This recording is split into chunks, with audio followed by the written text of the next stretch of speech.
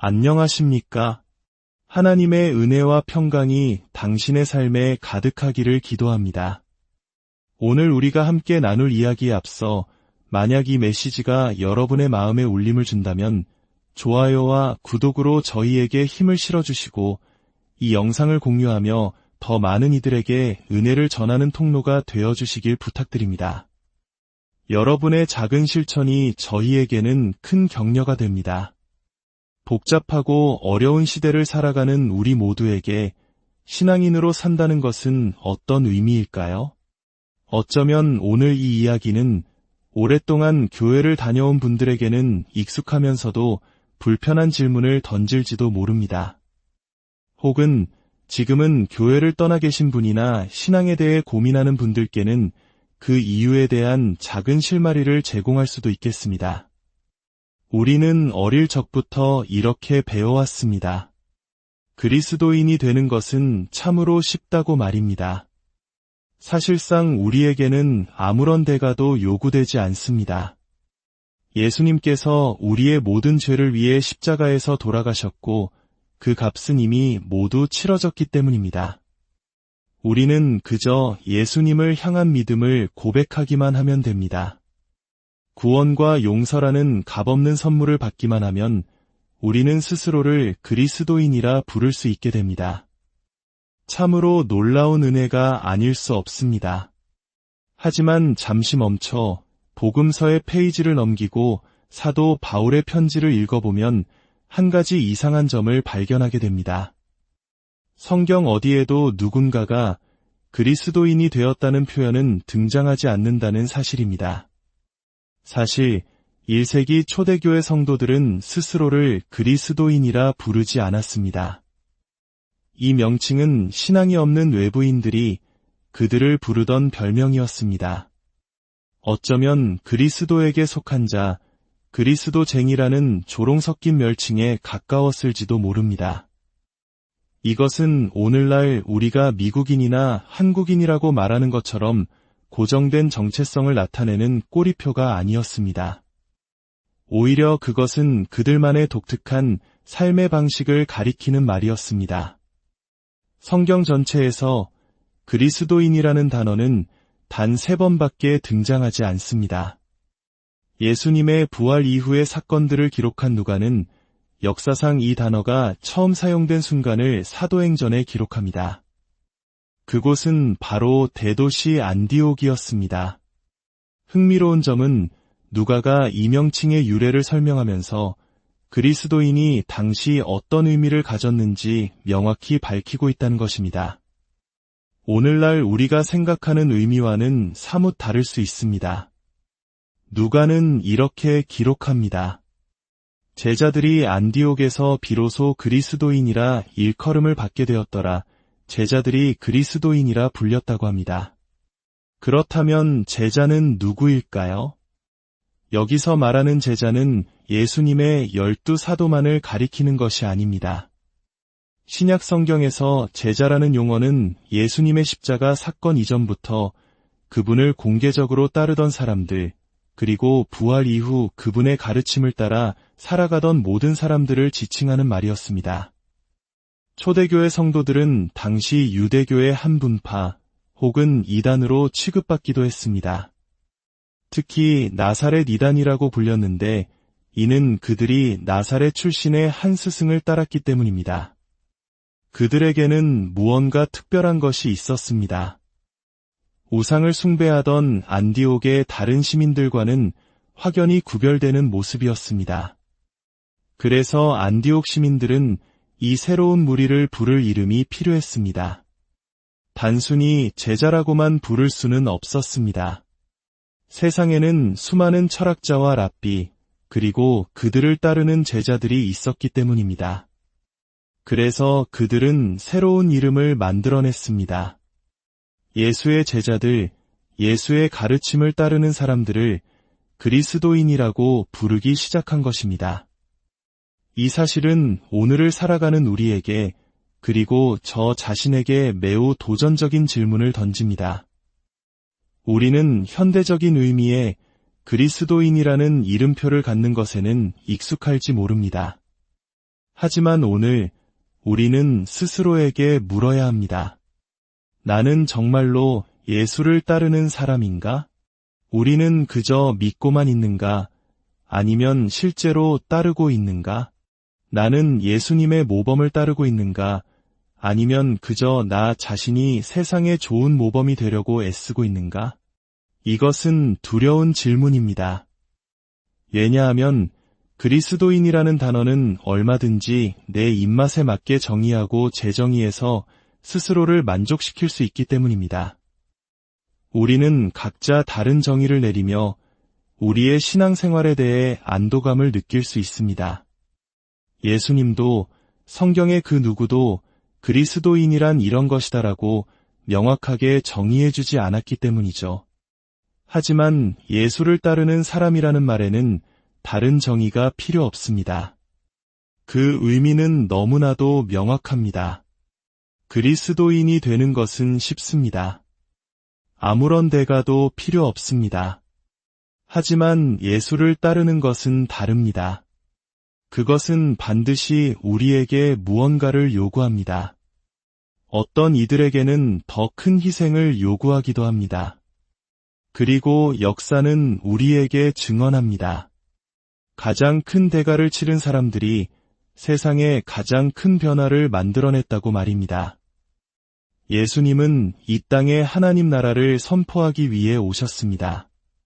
그분은 세상의 질서를 뒤집기 위해 오신 왕이셨습니다.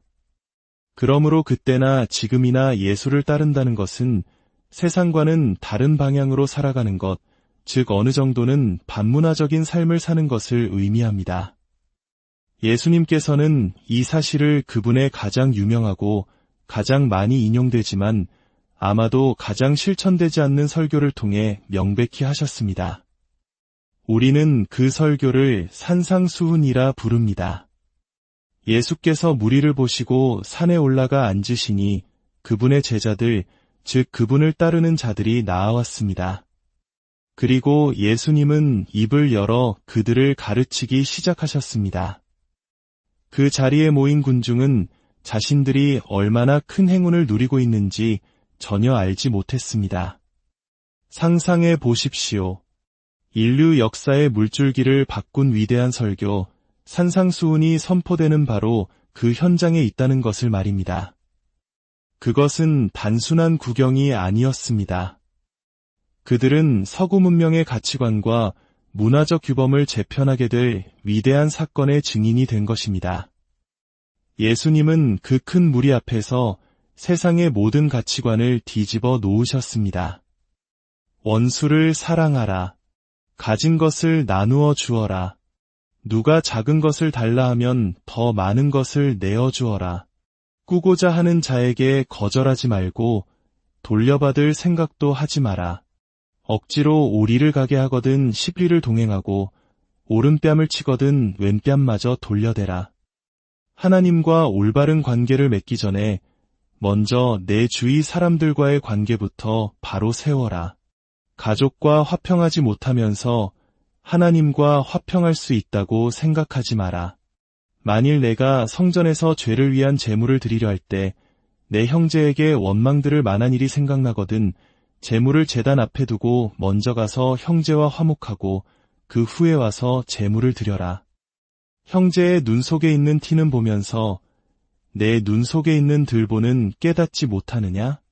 먼저 내 눈 속에서 들보를 빼어라. 그 후에야 밝히 보고 형제의 눈 속에서 티를 뺄 수 있을 것이다. 눈은 눈으로, 이는 이로 갚으라 하였다는 것을 너희가 들었으나 나는 너희에게 이르노니 악한 자를 대적하지 말라. 너희를 저주하는 자를 축복하라. 그것은 충격적이었습니다. 예수님은 그들의 가치체계를 송두리째 뒤흔들어 놓으셨습니다. 그리고 그 말씀을 마치신 후 예수님은 가버나움으로 향하셨습니다.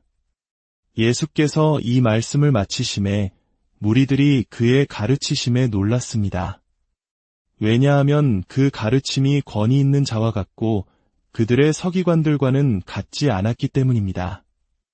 예수께서 산에서 내려오시니 수많은 무리가 그를 따랐습니다. 마치 축제와 같았습니다.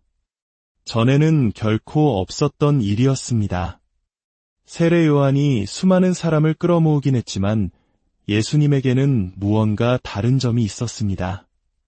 그분은 권위 있는 왕처럼 말씀하셨습니다. 사람들은 어쩌면 이분이 바로 우리가 기다리던 메시아가 아닐까 생각했을 겁니다. 바로 그때 한 나병 환자가 나타났습니다. 그가 예수님 앞에 나타나 무릎을 꿇자 축제 같던 분위기는 순간 얼어붙었습니다. 나병 환자가 나타나자 군중은 거리를 두며 길을 열었습니다. 누구도 가까이 가고 싶어 하지 않았습니다. 모든 것이 순조롭게 진행되던 순간에 나타난 불청객이었습니다. 나병 환자가 예수님께 말했습니다. 주여, 원하시면 저를 깨끗하게 하실 수 있나이다. 바로 직전 예수님은 이렇게 가르치셨습니다. 심령이 가난한 자는 복이 있나니, 애통하는 자는 복이 있나니 저희가 위로를 받을 것이며, 말은 그렇게 하셨는데 과연 어떻게 행동하실까요? 예수님은 손을 내밀어 그 사람에게 대시며 말씀하셨습니다. 내가 원하노니 깨끗함을 받으라. 그러자 즉시 그의 나병이 깨끗하여졌습니다. 군중은 열광했습니다. 이분은 말씀하신 대로 행하시는 분이었습니다. 자신이 선포한 그 특별한 가치들을 실제로 살아내는 진짜였습니다. 그런데 바로 그 순간 갑자기 분위기가 싸늘하게 바뀌었습니다. 다음에 일어난 일은 오늘날 우리에게는 그 무게가 잘 전달되지 않습니다. 마태는 굳이 부연 설명을 하지도 않습니다.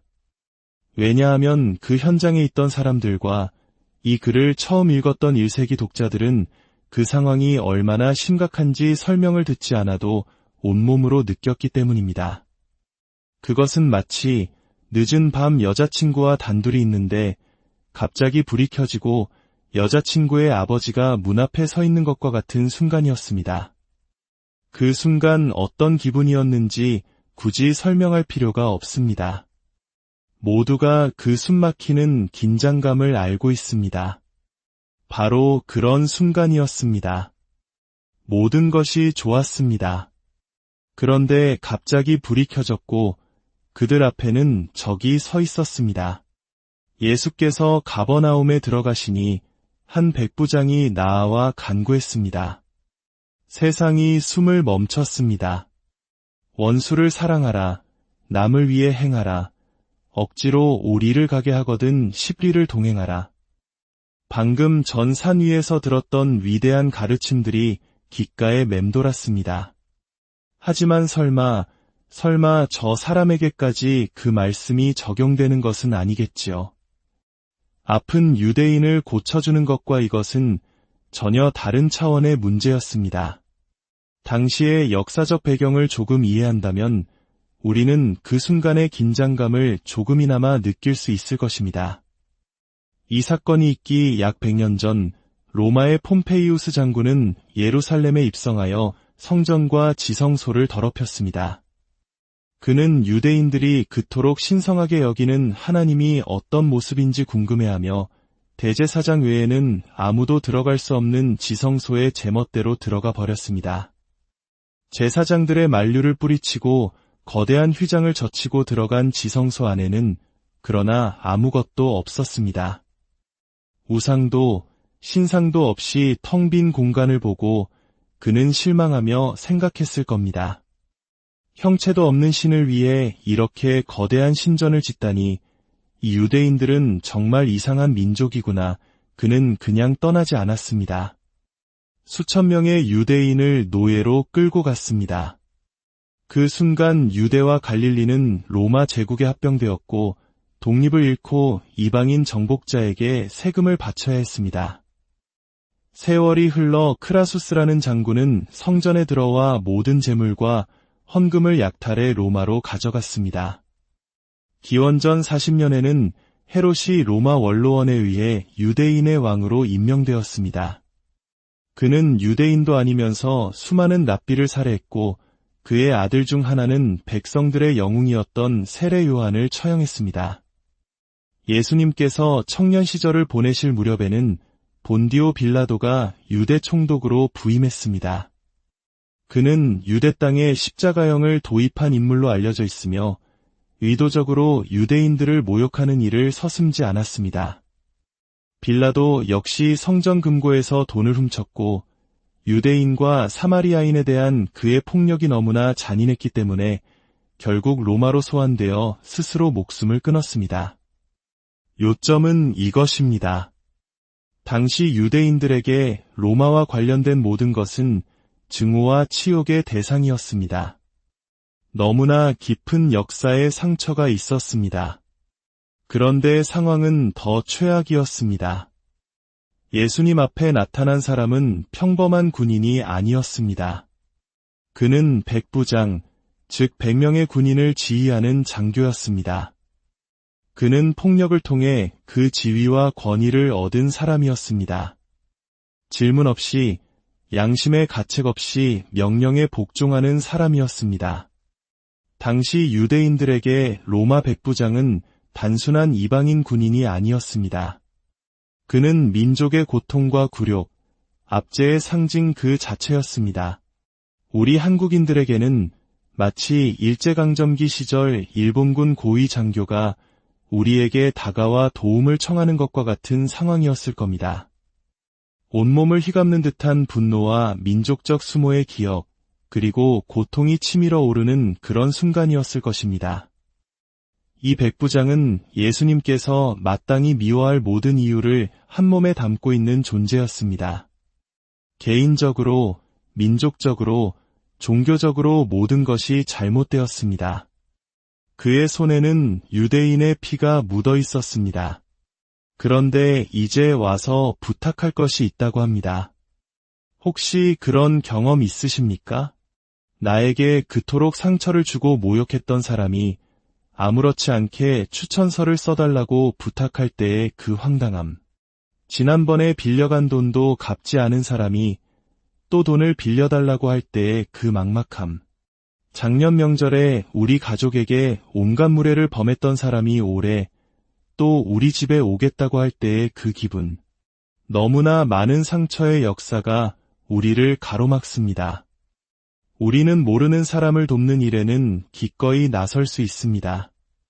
나에게 아무런 해도 끼치지 않은 낯선 일을 돕는 것은 오히려 뿌듯한 일입니다. 하지만 나를 해친 사람, 혹은 내가 사랑하는 사람을 아프게 한 사람을 돕는 것은, 그것은 너무나 어려운 일입니다. 그리스도인이 되는 것은 쉽습니다. 구원은 값없이 주어집니다. 하지만 예수를 따르는 것, 합리적인 수준을 넘어서 상식을 넘어서 행동하는 것은 어렵습니다. 그것은 우리의 본성을 거스르는 일입니다. 거의 초자연적인 결단이 필요합니다. 그리고 그것이 바로 예수님의 가르침의 핵심이었습니다. 산상수훈에서 그분은 이렇게 말씀하셨습니다. 너희가 너희를 사랑하는 자를 사랑하면 무슨 상이 있으리요? 세리도 이같이 아니하느냐? 나에게 잘해주는 사람에게만 잘해주는 것은 특별할 것이 없는 사랑입니다. 그런 사랑은 우리를 각자의 무리 안에, 각자의 편 안에 가두어 버릴 뿐입니다. 예수님과 백부장이 마주 섰습니다. 사람들은 숨죽여 지켜보았습니다. 그가 어떤 설교를 했는지는 들었습니다. 하지만 이제 그는 어떻게 행동할 것인가? 주여, 내 하인이 중풍병으로 집에 누워 몹시 괴로워하나이다. 잠깐만요. 당신이 지금 누군가 몹시 괴로워하는 것을 걱정하고 있다고요. 로마 백부장인 당신이야말로 몹시 괴로워하는 것의 상징이 아닙니까? 당신은 사람들에게 고통을 주는 것을 직업으로 삼는 사람입니다. 우리는 평생 당신 때문에, 당신의 나라와 군대 때문에 고통받아 왔습니다. 그런데 이제 와서 당신에게 소중한 사람의 고통을 덜어달라고 우리 중 한 사람에게 부탁하는 겁니까? 예수님은 개인적인 감정을 드러낼 수도 있었습니다. 나를 보시오. 당신들의 황제 때문에 내 어머니는 나를 마구간에서 낳아야 했소. 라고 말입니다. 이 남자의 요청을 들어주는 것은 예수님 자신에게도 위험한 일이었습니다. 군중을 잃을 수도 있고 민족주의자들을 잃을 수도 있었습니다. 이 소문이 퍼지면 그분의 사역 자체가 끝날 수도 있었습니다. 하지만 예수님은 새로운 종류의 나라, 새로운 윤리, 세상을 바라보는 새로운 방식을 소개하기 위해 오셨습니다. 아니, 세상의 모든 사람을 바라보는 새로운 방식을 보여주기 위해 오셨습니다. 그래서 그분은 자신의 가르침에 따라 자신의 백성과 나라, 가족에게 상상할 수 없는 해를 끼친 제국을 대표하는 한 사람에게 선을 행하기로 선택하셨습니다. 그리고 결국에는 자신을 십자가에 못 박게 될 바로 그 제국을 대표하는 사람에게 말입니다. 예수께서 그에게 말씀하셨습니다. 내가 가서 고쳐주리라. 군중 속에 있던 유대인들은 경악했을 겁니다. 이것은 선을 넘어도 한참 넘은 일이었습니다. 그런데 놀랍게도 백부장이 대답했습니다. 주여, 내 집에 들어오심을 나는 감당하지 못하겠사옵니다.